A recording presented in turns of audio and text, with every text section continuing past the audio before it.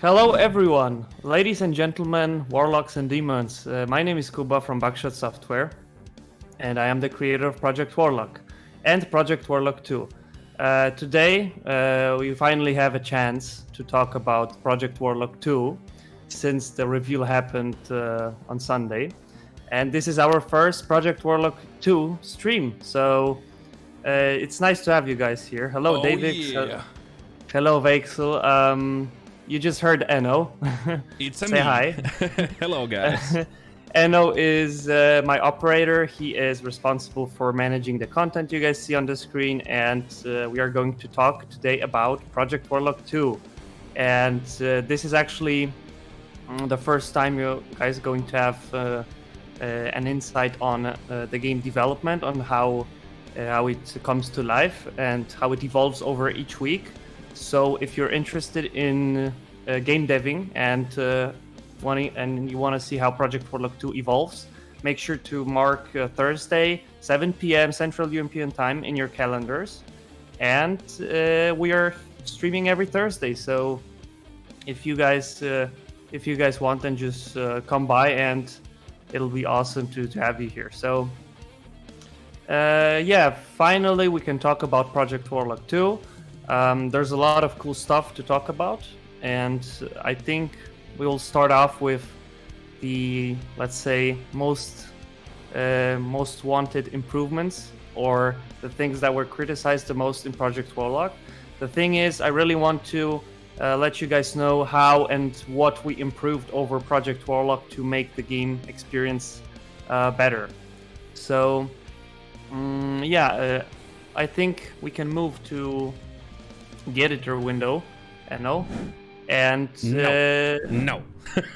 no? Yeah, we on the screen.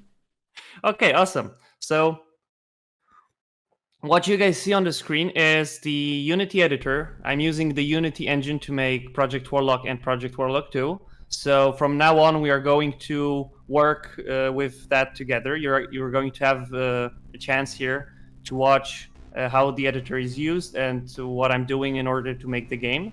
And I'll show you some details about it, finally.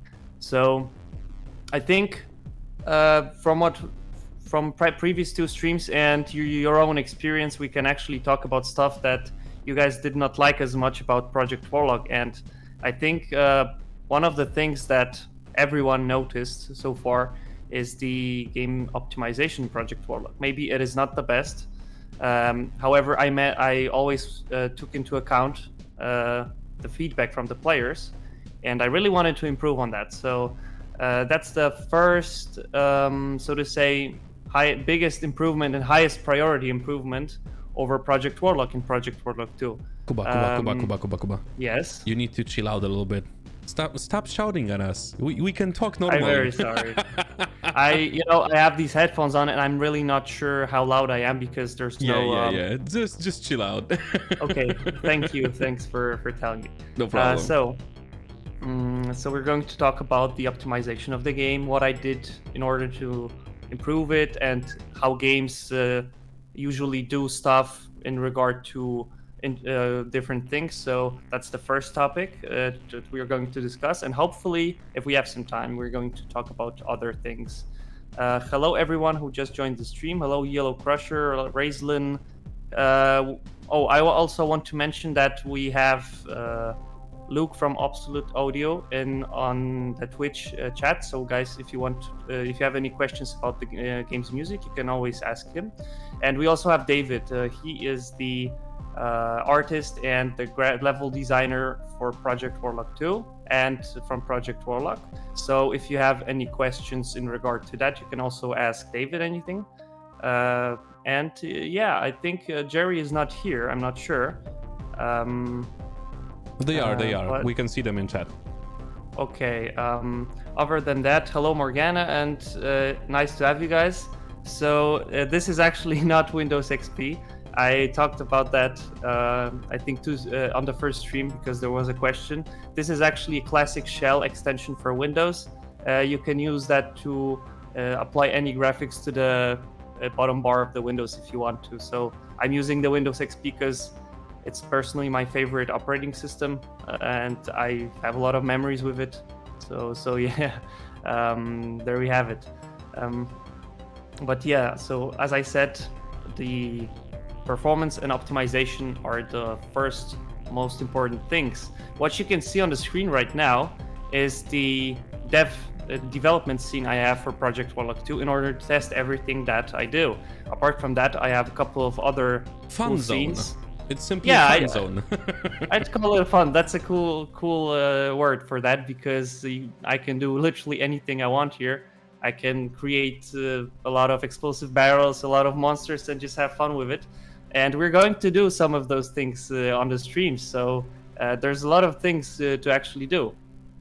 So I think the first thing when it comes to optimization to talk about is the interesting fact about projectiles, because projectile is usually, let's take a look at that. So here we have a basic projectile, which actually is often used in shooters and first-person games. So here we have the cannonball, for example, and the way that it's created in game world is actually in Project Warlock it happened a lot differently than it happens right now, and that has a huge impact on performance. Let's say if you want to shoot your weapon, you have to create an object, right? And that object is a projectile. And the thing is, if you create that projectile every time you shoot the projectile, it's very expensive for the computer. And the best idea to go around that is to, instead of create it every time, create a pool of those projectiles before the level loads, and just enable and disable them and move them to their corresponding positions when they are needed. So that's what Project Warlock 2 is doing. Wait. So basically, for the people that don't understand, like the developer gibberish you just said, simple words. So they exist outside of the map, and when needed, they'll teleport it in front of your gun to show the effect of shooting at someone, right? Yes, so basically I want to show you guys the details about game design within these streams, and I'm really sorry if I sometimes use words you guys don't understand, but here there's Enno for that, and he's going to slow me down if I talk way too specific. I am the one to ask 20 IQ questions. Yeah, so as I said, this projectile in Project Warlock was created and destroyed every time it was shot and it hit something, and that was very expensive for the computer. Yes, so as David just said on the chat, it's basically juggling the existing assets in the level, and to show you how it works, I will start the scene and I'll show you the pools that are created. I have a very interesting question, but after you show us, what do you mean? Okay, so if I pause the scene now and go to the hierarchy, as you can see, there are a lot of dark objects here which I can select, and these objects are these pools for those particles, bullets, everything that is created and destroyed very often. So let me find that cannonball. So here we have it. We have a couple of instances of these cannonballs. Okay, and that's actually exactly what I want to ask. So that's really good because it's on the screen. How do you make sure there is enough of the projectiles, for example, enough of cannonballs? You just paste them in for like 200 per projectile and like, yeah, whatever. Or you just plan ahead and like, okay, there is never gonna be more than 80 cannonballs in the screen, so I'm gonna drop 80. Well, when it comes to, I'm going to talk about stuff that I do because I don't know how it is for other devs, but for me, I always try to assess how many entities can use these projectiles. For example, the cannonball is only for the player. So if it can only be used by the player and there's only one weapon which uses the cannonballs, and the cannon has a specific fire rate, you can count that it's not possible to have more than X objects on the screen at the same time. And cannonballs also have this timer which actually disables the cannonball after a certain amount of time. So even if you shoot a lot of cannonballs at the same time, they're going to disappear after some time. So it's not possible to actually overcome that. And also another thing, if you manage to somehow get to the limit of these cannonballs which are fired, there's a very high chance that the first cannonball you fired already has hit an enemy, and then it's going to get moved back to the position of the weapon, and then it's going to get shot again. So it's basically just like David said, reusing, and it all depends on how many objects you need. For example, for blood particles, we have way more of those objects in the pool, and for stuff like skills, utilities, which use like very specific particle effects, we have between 3 and 5 to make sure that it's always there. And this is the best thing that so actually... basically the timers are the fail-safe system in here. To time out the projectile back into the pool after a certain amount of time. Not only that, but actually, if the timer doesn't even come to that time, so to say, the Like bullet will the bullet will still get moved to the. It's not like you cannot shoot anymore. Yeah. It's going to disappear from that position where it landed, and it's going to move in front of the cannon. And we are utilizing this system for every single projectile in the game. So for grenades, for plasma, for visible bullets, for everything that is spawned very often. And this has a huge impact on performance because basically object pulling does not use any, so to say, resources. That's it's actually a a very cool fast test we thing. can do, Kuba. Let's say what test? With a really small pool of 3 cannonballs or something, and deleting all the restrictions from the launcher, and to check and see what's gonna happen with the cannonballs after you use the assets from the pool. That's actually a cool experiment.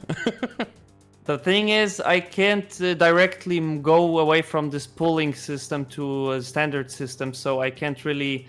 I'm not creating new instances of cannonballs every time I shoot, so I can't show it in a fast way so that we fit within the time frame of our stream. But I can show you how it works on using, for example, bullet holes. Oh, that's awesome! So let's go. I think this is the best idea. So I'll have to go to the player object, and I'll have to. Actually, you know what? I don't have to. So what's in the pool beside the blood particles and the bullet holes and the bullets themselves? You just said what's in the pool? Well, the pool has everything which is spawned and destroyed very often. So things like bullets, the decals, blood, particles, everything that has to appear and disappear very often. So effects and stuff like that. I think here we are. And for example, you have those bullet holes, which are in the works right now. As you can see, when I shoot, I create bullet holes. But if I shoot way more than there are in the pool, as you can see, the oldest one disappear. And that way, you can be always sure that the amount of objects on the screen are not constantly growing, so that the performance doesn't drop. And this is actually a thing that a lot of games uses. I think in any FPS game, if you shoot at a wall, these bullet holes are going to disappear after some time. So this is actually something very, very standard, so to say. And this is how it works. So that's a very basic improvement, but it's a very important improvement because it allows us to create better fights, more intense fights, to add more monsters at the same time, to make everything, so to say, more dynamic. And this is exactly what we're trying to do here. We're trying to improve the performance so that we can create bigger fights, add more monsters, make the game more fluid, and improve everything so that you can guys have more fun. Apart from that, actually, when it comes to the performance of the game, we have managed to solve a lot of problems which were in Project Warlock, like the very known resolution screen bug. And this bug does not exist anymore thanks to the new code architecture which I designed. over the last years, and this is one of the reasons behind everything. So actually, to do stuff like that, I had to create the new base of the code for the whole game, and that's what I did. I tried to improve on everything, and taking every little step into account, every little thing like particles, projectiles, game loading, settings, and everything. So this is a very important aspect. I think when it comes to object pooling, I think that's the basics. That covers the basics of it. If you guys have any questions, make sure to ask, and I'll try to explain as best as I can the stuff you guys want to know. So I just love how we take like the bullet holes, for example, for something granted in the game, right? And you just spend like 15 minutes explaining to us how much work is put into creating a bullet holes that spawn when you hit something, right? And we as a gamers take them for granted, but it's not that simple. Well, I don't think if you guys want, I can go into details on how these bullet holes are created, but I don't know if this is necessary at this point. So let me know, and if you guys want, I'll show that and explain a bit how it works. But other than that, I think one of the biggest improvements over Project Warlock is the new save system, which I talked about. I did not talk about, but I want to talk about extensively so that you guys understand what we're trying to do here. And as you can see, we are in the pause menu right now for a longer period of time, and we have some buttons which you might not recognize from Project Warlock because they did not exist there. We have save and load game, so you can actually save and load the game right now, and this is a very, very cool feature because apart from manual saves, we also implemented quick saving under F6 and the F7, quick saving, quick loading, and you can actually customize those key bindings too. So this is another huge improvement, and I'm going to talk about everything in detail, but I just want to give you an overview of the most important stuff. So as you can see, I have a couple of game saves on my PC, so to say, right now, and each game save is a separate state of the game. It has the character, it has the difficulty, and it has the level, the date, time, game version, everything you guys need to know before you select the save. And you also have screenshots, and this is a very cool thing because I always like to see where I was in a certain save point. So this is one of the biggest things, I think. And yeah, by the way, as I said, you can quick save and quick load the game. So yeah, if I press F6, the game saves, and you can actually go into settings, controls, and rebind that quick save and quick load to any other button you'd like to have. So we got that here, and and this is one of the biggest improvements over Project Warlock. If you guys have any questions for the system, make sure to ask. And I have one. As a Project Warlock player myself, why was there no saving system in the first game? Well, actually, it's a very simple question. The first game was my first attempt at making the game, and I wanted to do stuff only that I was completely sure that I could do together with David and everyone. Yeah. So we designed the game around small levels with no saving needed, but so that you don't have to save in the middle of the level, because making things like save states is a very, very hard aspect for beginners, and I really had to dig into that to understand how it works. And it took me a lot of time to get that knowledge, and actually with all the years passed since the Warlock's release, I have learned a lot of stuff, and thanks to that, I am able now to implement such stuff. And I couldn't do that before, so Gotcha. we designed the game around stuff that we could do. I love F5. It's so natural to use it. I think the default key bindings might change in the future, so I'm just used to F6. So you can always change that, guys, if you really want to. So there's really no. Actually, let me put it this way. Very important aspect of the game is the key bindings, right? Because I know that a couple of them were missing in Project Warlock, and I just could not add them. But in Project Warlock 2, we are expanding on that too, and there are a lot of cool key bindings you can bind, like quick save, quick load, and I think one of the most important things you guys really want to see is this. This is the fully fledged auto map for the whole screen, and for that you also have a key binding. So as you can see, you can discover the area, and it draws where you are, and you can see it in full screen. And not only that, but also we can zoom in and zoom out. So that's another cool thing which I added. And you can bind those zooming in and zooming out to the in the controls menu. So actually, let me find that. Zoom in page up and zoom out page down. Save changes. So yeah.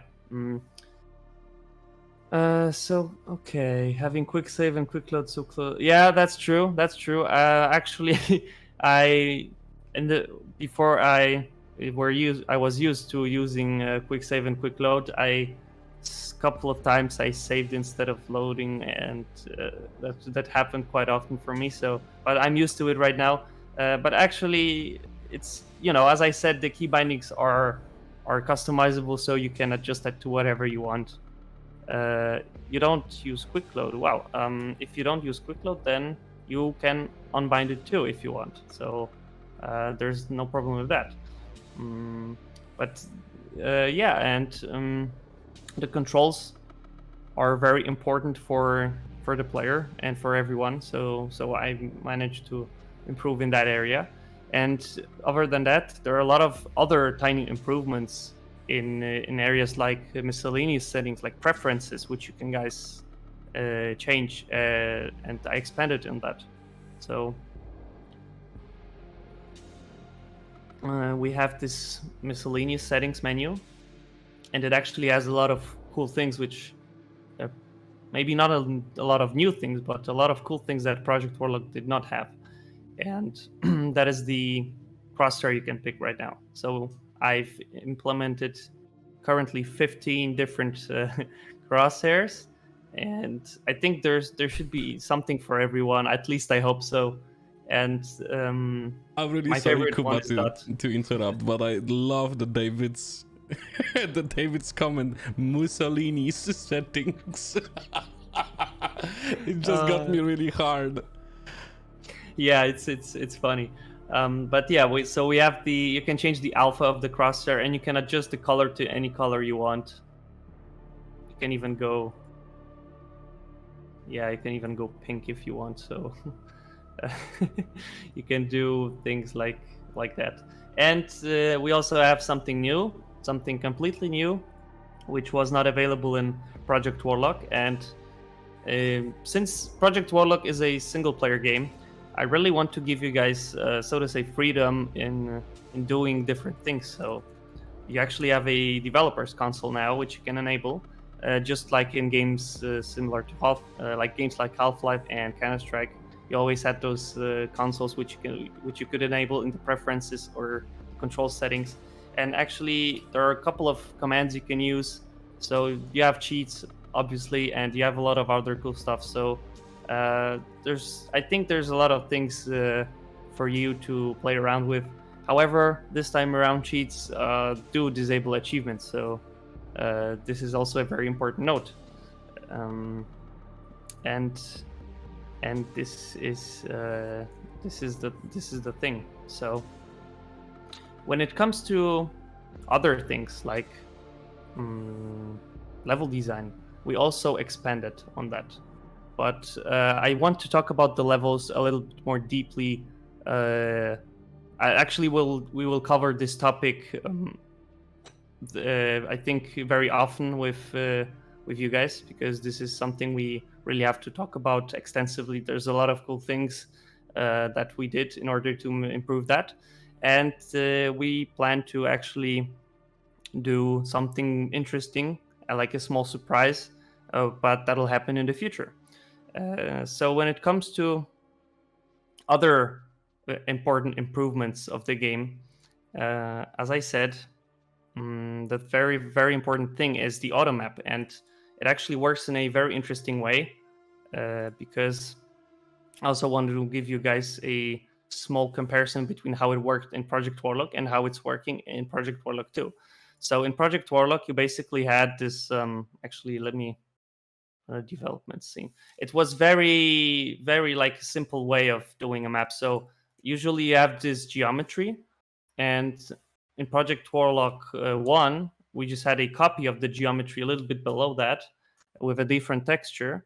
And the second floor would be rendered to in the minimap camera. So this is how we did that in Project Warlock.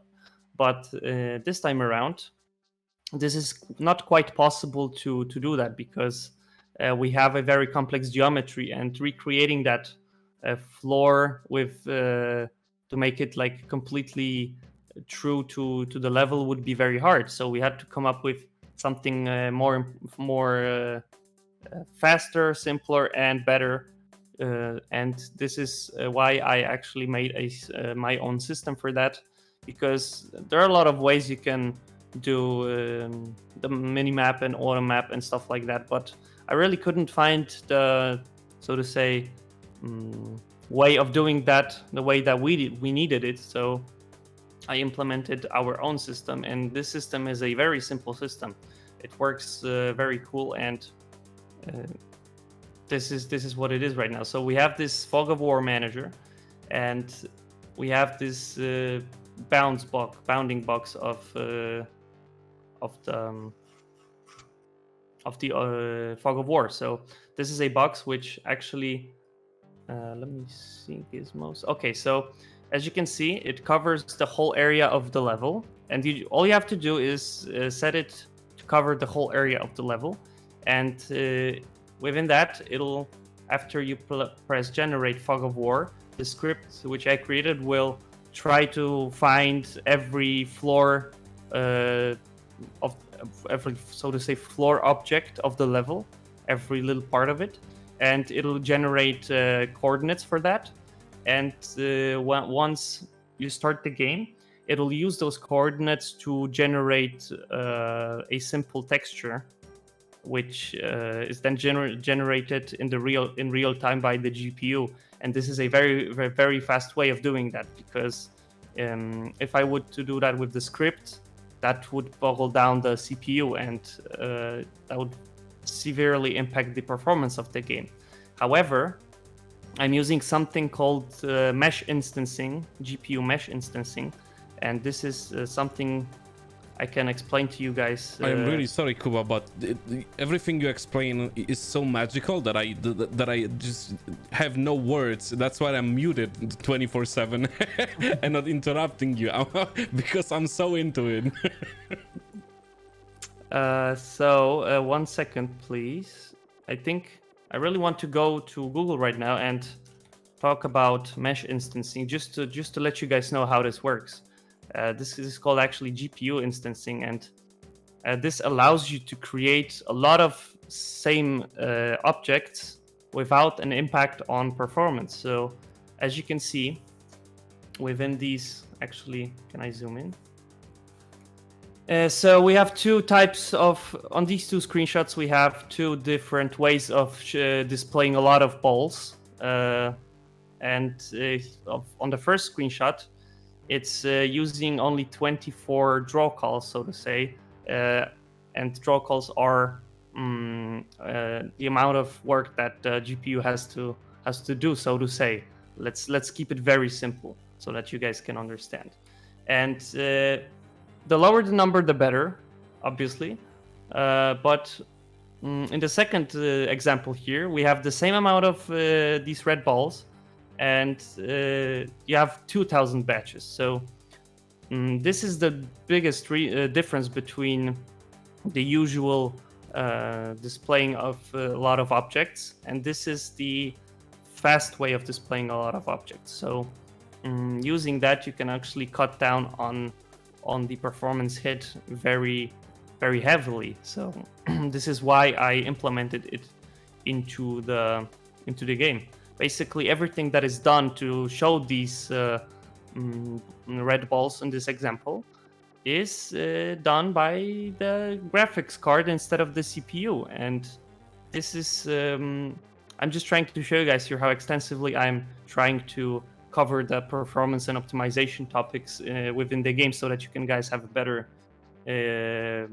better experience with the game. And just to show you that again, I'll start the scene and I'll show you how it looks and works in the game. So as you can see, there's nothing in the editor right now, and if we enter the game, you can see those let me zoom in a bit. You can see this green coloring on the auto map and this gray coloring, and this is a feature I implemented to display on the auto map the height differences between the player and the environment. So everything that is gray on the auto map is at your, so to say, level, at your height level. So this is a place where you are right now, and green stuff is always showing the stuff that is below you, and red is showing everything that is above you. So as you can see, we have this staircase here, and if I manage to walk down to the first half of it, I'm in the middle of the floor on the bottom and the floor on the top. And now if I enable that again, I can see already the floor at the bottom with this dark gray color, and I can see this red floor at the top with this red color. So with that, you have a better view on how this system works. So, and the way it works, you have a lot of small tiles which are generated by the mesh instancing, and with that, you have a very cool detailed auto map. So that was one of the important aspects I wanted to improve over Project Warlock, to give you guys a better auto map so that you don't get lost that easily. I love how this whole thing is a huge foreshadowing about level design. You switch to in Project Warlock 2 with even showing us the stairs as Project Warlock players. That tells us enough.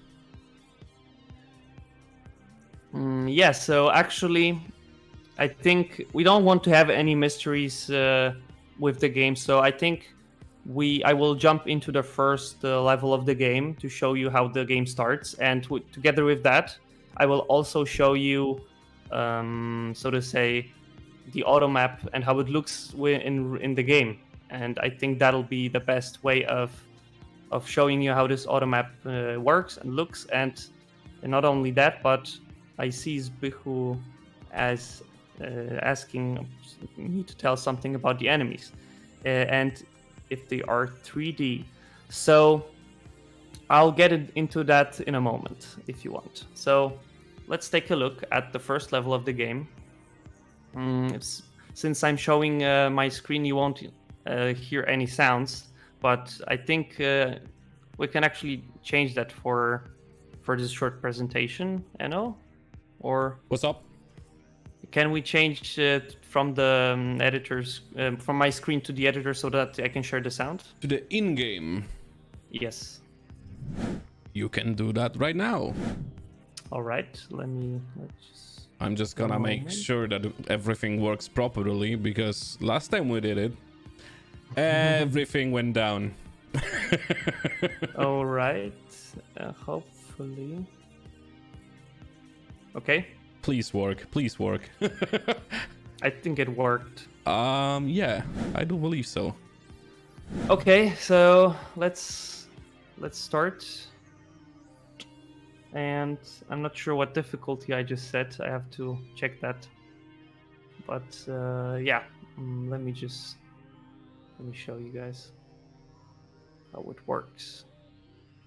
Oh, it always takes a little bit of time to launch the level. Let me lower the volume a little bit.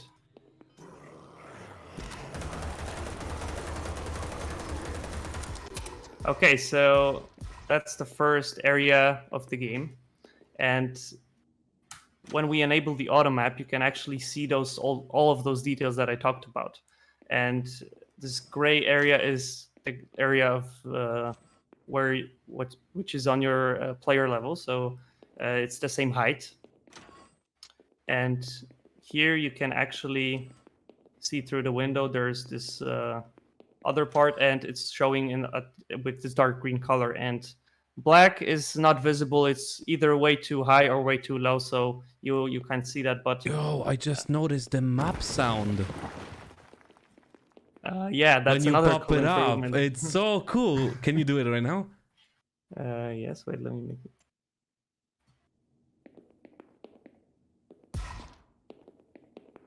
Pop the map up. Yo, the sound is so cool. Yeah, so that's one of the things. And there are a lot of details that I added. And so use B.I.O.T as, or is that you are you want, I'm really sorry. Language. You want to see you want to see how the monsters work. So I will explain that in a second. Actually, we are not using any shading to draw these monsters, and they are completely sprite based. So everything you see is a sprite when it comes to monsters, and we are not drawing them in 3D. We are using, however, 3D models to create those sprite sheets, but they are then, so to say, artistically adjusted by David so that they look nice. And he will. I think we will have a chance to talk with David about how he creates those sprite sheets. So that is also a topic for the future. But let me show you. Let me show you that. Let's go to prefabs, monsters. Let me show you like one of the monsters.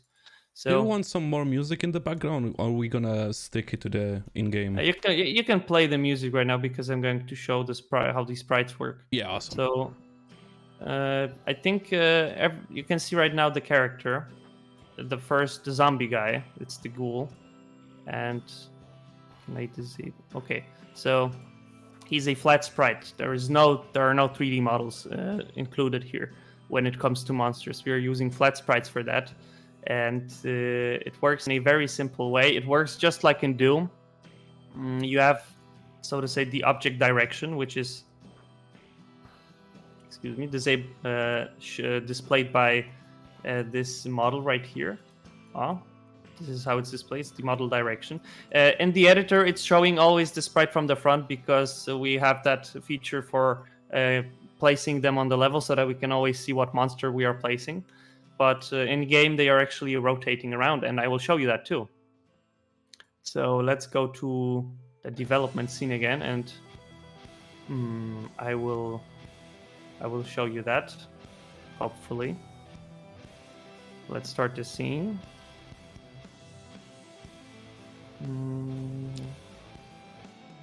Okay, so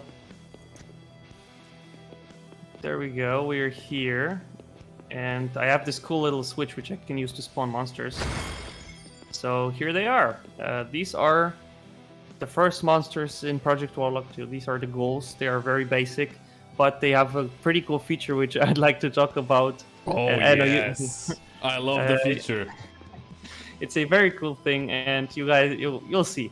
But first, so these are not models; these are sprites, and they are completely flat, as you can see.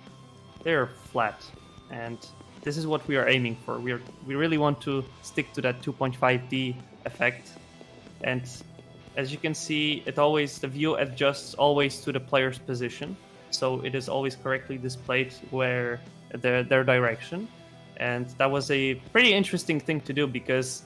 In Project Warlock, you only had enemies viewable from one side, and this is also something new for me, but I'm very happy that it worked out and that it works very well. It has literally almost no impact on performance, so you can have a lot of monsters on the screen at the same time. And let me see. Yeah, so I think this effect is very, very cool. I really like it, and it's very, very simple yet very important. But together with that, we also have a lot of other improvements when it comes to monsters. So not only that they are now 8-directional, but they have a lot of cool animations. Like I showed you on the first stream, the comparison between the amount of sprites we had in Project Warlock and Project Warlock 2 it's a very drastical change, and I will show you that again in a second. Just I want to really display how these animations work in game. So here we have those ghouls, and there's actually my cool play testing field where I can just spawn monsters and have fun with them. So I can show you different stuff you can do with them. I already see a cool question. Stress level. Yes, so this is a feature which I also want to extensively talk about in the future, but I can already tell you that in this time around in Project Warlock, the monsters are going to feature a cool stress system, and this is not only for ghouls but for every single monster. If basically if you're aggressive enough and you play aggressively, you can increase the stress level of those monsters which are around you, and their AI will adjust to that, and they will act differently. Normally, you are stressed about being shot and trying to be killed by the monsters, but in Warlock, they are stressed about seeing you with the rifle. Yeah, so I think this is actually one of the very cool things which has a huge impact on gameplay, and we'll talk about everything extensively, so to say. But so actually this time around, monsters also have hitboxes, different hitboxes depending on their body part.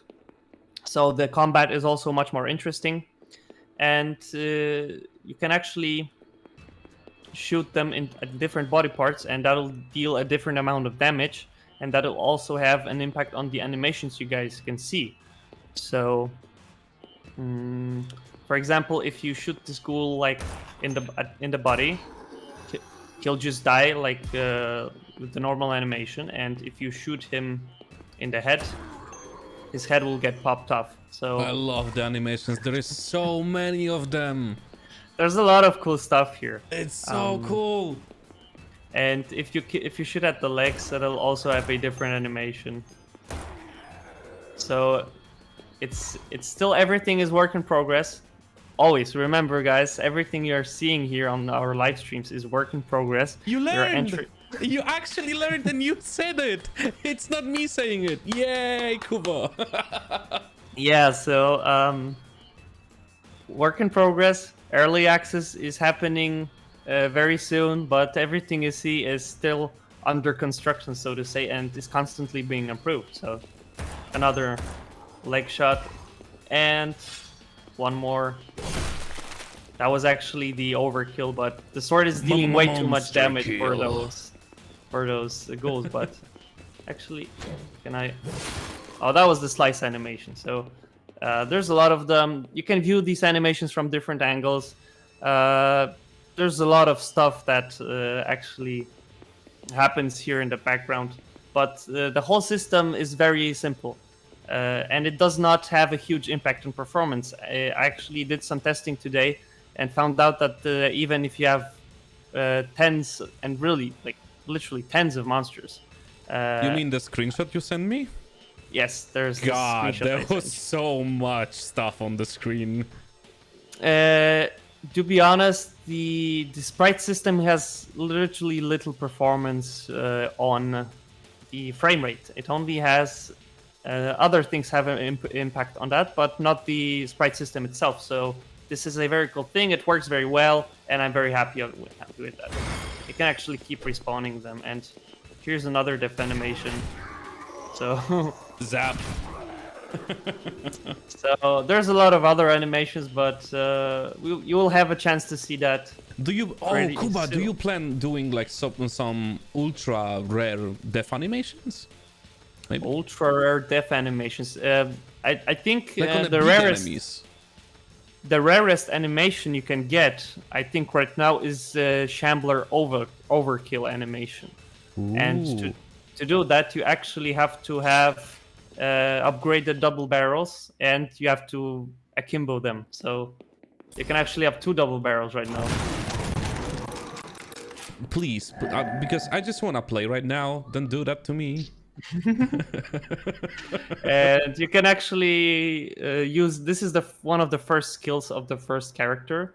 You can actually use the akimbo on certain weapons like the cannon, the shotgun, and the rifle.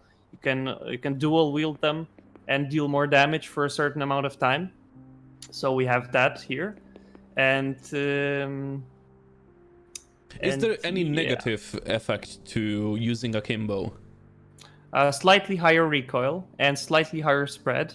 But other than that, since it's a skill which you should be interested to use, it lasts for a very short amount of time. And actually, it depends on how long you use it. If the longer you use it, the more cooldown you'll have. And it's very important to learn how to manage that correctly. So if you like want to be effective with it, yes, you can say that. Okay. And if you want to be effective with that skill, you'd have to take let's say the double barrels out, use it, shoot them, and throw them out. So that way you only have 5 seconds of cooldown. But if you enable the akimbo and use it constantly, it'll disappear after a couple of seconds, and you'll have a very high cooldown. So this is a very, so to say, situational I like that balance. skill. I really like that balance. Yeah, I like it too. And to be honest, it's a very interesting way of that system to work. So I know it might be quite different from what you guys know from other games, but I think it might be quite interesting. And if there's one more cool animation David wants me to show, and I'll actually do that now. But wait, I did not finish the last sentence. What was I talking about? I know. Yeah. I do remember, yeah. Yeah, I'm very sorry, guys. We were talking about akimbo and cooldowns, and that's most of the players are probably familiar with different settings. Usually you're familiar with picking up the akimbo skill or item or power up, and then all your weapons or some of the weapons are akimboed, dual wielded. But we are doing it a bit differently, and hopefully you'll also have fun with that. So there's one other cool thing I want to show you guys. So we have, for example, this fire staff, and there are also other animations for fire when enemies are on fire, and I really like that because we took directly, so to say, inspiration from a very cool game you guys might know, B.I.O.T.A. And we really went nuts, so to say, with this animation. I'm not sure if the sound will play because I was playing with the sound effects today of the monsters, and I was changing some stuff, but I want to show you the animation. So if you shoot the ghoul and he's on fire when he has a small amount of health, he'll enter this burning state, which will display a cool animation. But to do that, I'll have to enable his AI. So you'll have to excuse me real quick. There we go. Oh, not despawn. Okay, here he is. Oh, the screen is going crazy. Yeah, I know. I'm very sorry. Okay, I'll have to start again because no problemo. I have something here for that. Okay, so let's go that and enable AI. Okay, so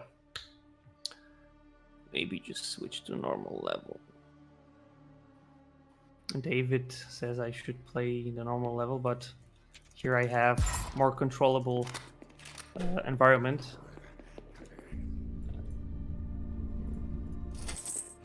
So here's the ghoul.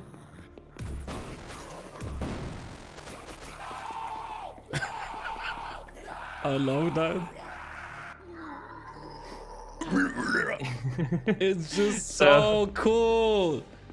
So we have that, and we also. Well, oh my god! I completely forgot that we have a command in the console for that. It's so cool.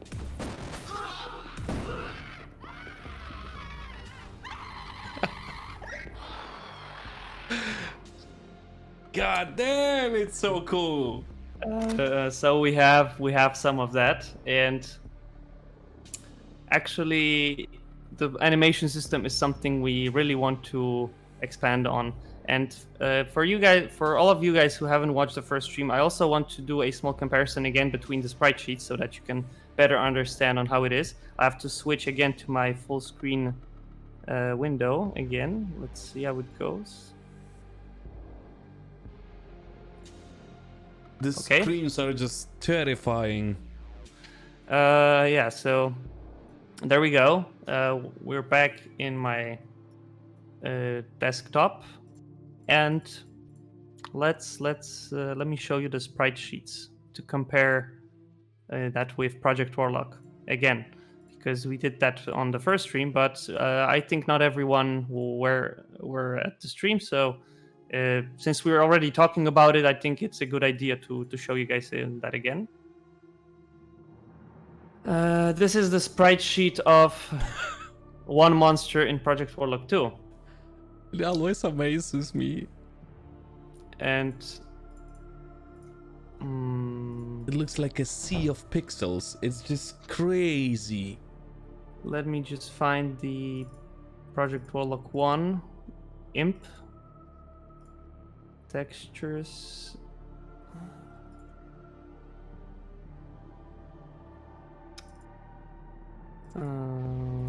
Okay, so this is the folder with all.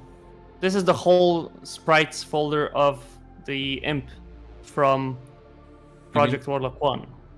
Oh, I was about to say succubus, but it is imp. Okay. It is an imp, in fact, and I tend to mix these two up. For me, I don't know why, but it always it's mixed for me. But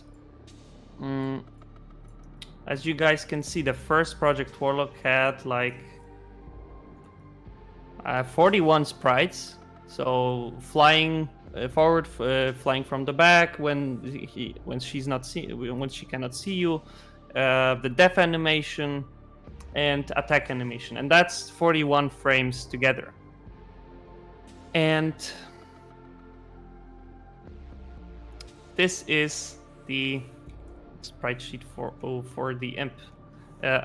So this is how it looks like. There's tons of animations. There's a lot of frames here, and there's a lot of detail included. So I think this is a good so to say view on that. So no 3D models for monsters, and just to give you guys also another impression of that, I think I'll show you the Shambler sprite sheet, because I think it's the biggest sprite sheet of them all. It's really huge. So I think I could say we are very proud of that, and this is something which I really love. It's a very cool thing. So we also have tons of sprites, and this is how we are doing it in Project Warlock 2. So there's a lot of cool things for you guys to see, and I really hope that you're going to like those animations, because I have to admit it's always fun to kill the same monster with a different weapon, and it's always fun to see different animations when you do that. Did we show on Shambler already, like in the game? No, we did not. Okay. I did not show the Shambler already. Oh, it was already, a pig demon. I think yes, but I'm not sure. However, what I want to do today is play a little bit of Project Warlock and show you the first, so to say, the first minute of the game, so that you can guys have a cool impression of how it looks like. I think with what difficulty should I go? I think high is enough. You think hard is enough? Yeah, okay. I think hard. Yeah.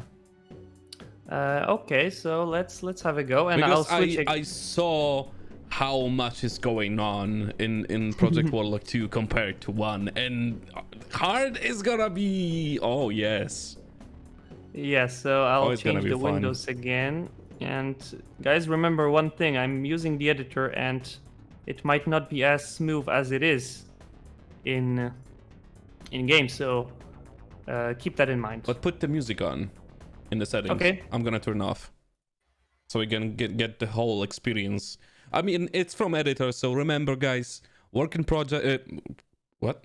Work in progress. Work in project. Work in project. Yeah. Work in progress, and everything could change possibly.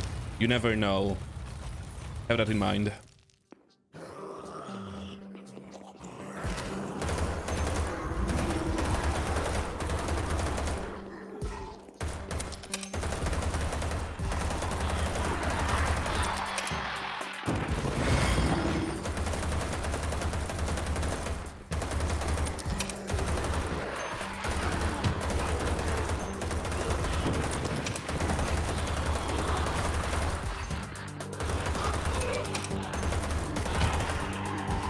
It's so crazy.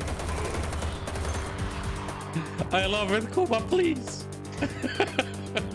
And the game just saved, so as you can see, if we go to the load menu, you can see the save which was just created.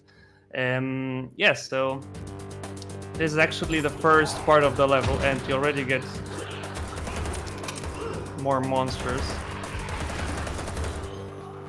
So this is how Project Warlock 2 is going to look like, and yeah, you can already hear some new music.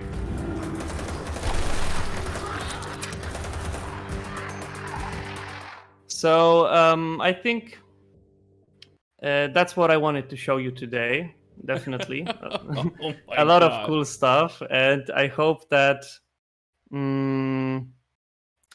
you guys enjoyed what you've seen. This was our first live stream, and we are going to dive into a lot of cool details. Actually, third, but next first week. from Project Warlock 2, Kuba. Yeah, it's true. That's true. I'm sorry. I was just thinking of something else. Sometimes I think and say different things, which is not good. But I'm very sorry for that. Yeah, no problem. I do the same stuff. I think over one thing and I say like about something different.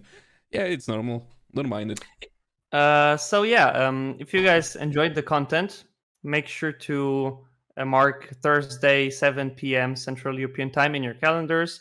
Make sure to follow me on Twitter for the latest news. I'm always posting together with David some new details, some new GIFs, however you want to say it. I know David says it. I think he said GIFs with the hard G. So yeah. And remember to wishlist Project Warlock 2 on Steam. You can do it right now. And you have every information about what's coming, what's happening, everything on the page of Warlock 2. GIFs. Yeah, so you also make sure to follow David. Make sure to follow Obsolete Audio on Twitter. They both have Twitter accounts, so you can follow them for some cool news. I know that Luke sometimes shows some of his stuff that he's working with to create the awesome music. So make sure to follow them for some cool insight on music development. It was very nice to have you guys for our third stream and first official Project Warlock 2 stream. We are going to dive into a lot of more details next week. And for now, I would like to say thank you and see you guys next time. Love ya, guys. See ya.